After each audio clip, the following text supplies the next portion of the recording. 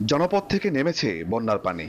এরই মধ্যে অনেক এলাকায় ভেসে উঠেছে মৎস্য খাতের ক্ষয়ক্ষতির ভয়াবহ চিহ্ন।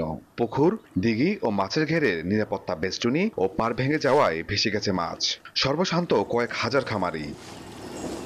গত আগস্টে গোমতী নদীর বাঁধ ভেঙে এবং ফেনীর বন্যার প্রভাবে কুমিল্লার 14টি উপজেলায় প্রবেশ করে বানের পানি, তলিয়ে যায় হাজার হাজার মাছের খামার।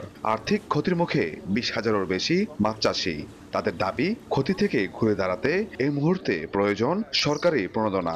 3টা পুকুরে আমার মিনিমাম তো 12 লক্ষ টাকা নাই, তার মধ্যে আমার ডিপ মিশিং, আমার 2টা ট্রাক্টর এখনো পানির নিচে, জরুন গ্রামে পানির নিচে পড়ে আছে। এখানে প্রায় আমার 1-1.5 কোটি টাকার উপরে মাছ সেখান থেকে হারিয়ে গেছে আমাদের।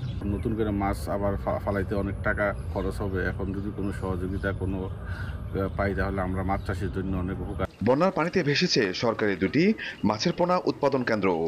তবে ক্ষতিগ্রস্তদের সহায়তার আশ্বাস মৎস্য বিভাগের। অনেকেই ঋণ নিয়ে তারা মাছের চাষ করতেছিল।